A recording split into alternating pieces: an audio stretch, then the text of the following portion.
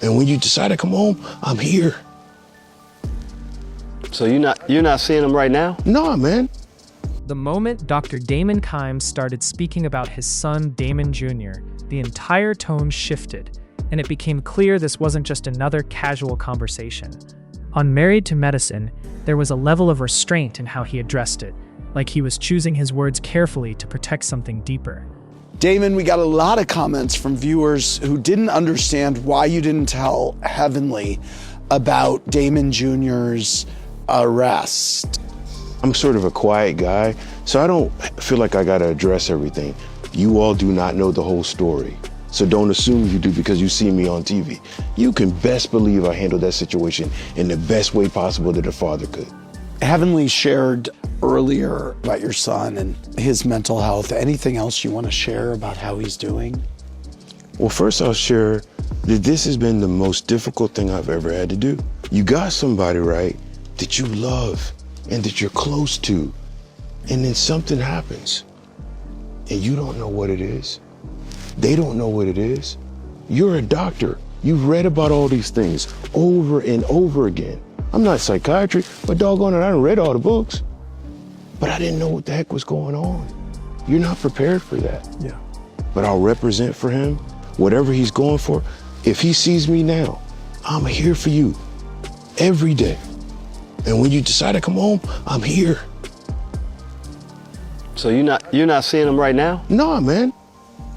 In Jamaica, you shut the conversation down hard when you thought the subject was turning to your son. You said people in the group say stupid stuff, especially the ladies. Yes. Do you feel personal issues get weaponized a lot here? Yeah, I do. The thing is that I'll be honest with you guys, this show has surprised the crap out of me.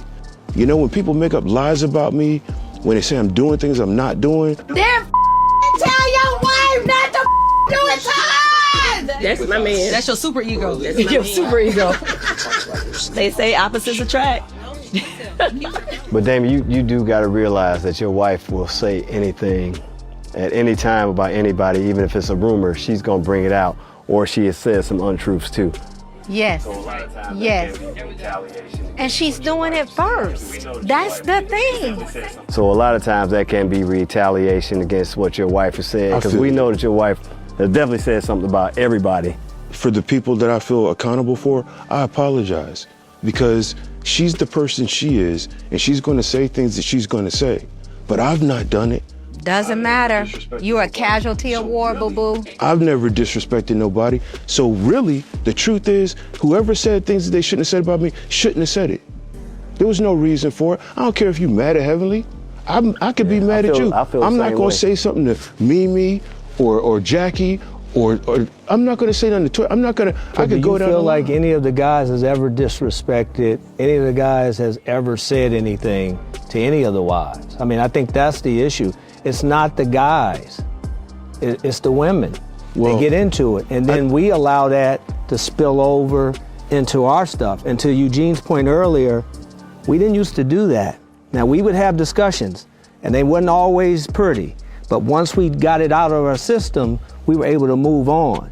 We're different now. And I know some of the stuff that the ladies have said have hurt some people. Man, it's hurt bad. It hurt you. Yeah. It hurt Curtis. It hurt me. It hurt Steve. It definitely hurt you. Hurt me. But you know what? That I'm not doing now?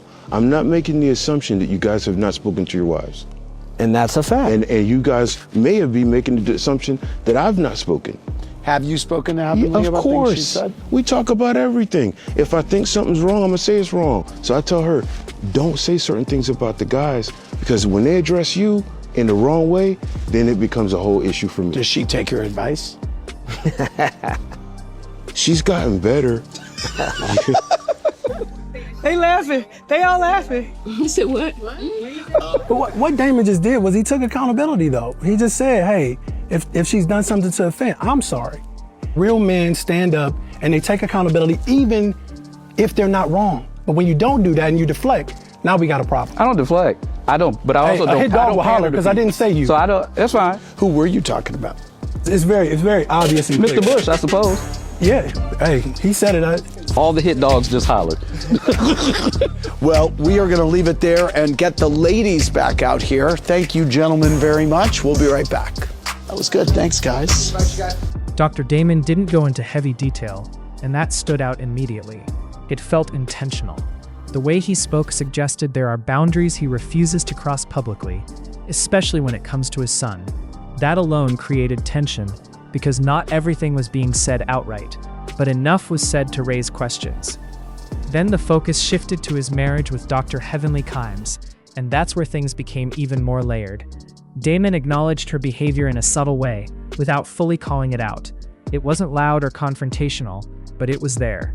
That calm approach made it even more noticeable. What's interesting is how he handles things. There's no public confrontation, no dramatic reaction, just a controlled response that suggests most of the real conversations happen behind closed doors. That might work for him, but it also leaves room for things to keep repeating. And that's where the real issue starts to show. When situations aren't addressed openly, they don't fully disappear, they just stay under the surface. Damon's approach protects his family, but it also avoids fully confronting the patterns that keep coming back. At the core of it, this moment wasn't just about his son or his wife. It was about how much of the truth gets shared, how much gets held back, and what that silence really means in the long run.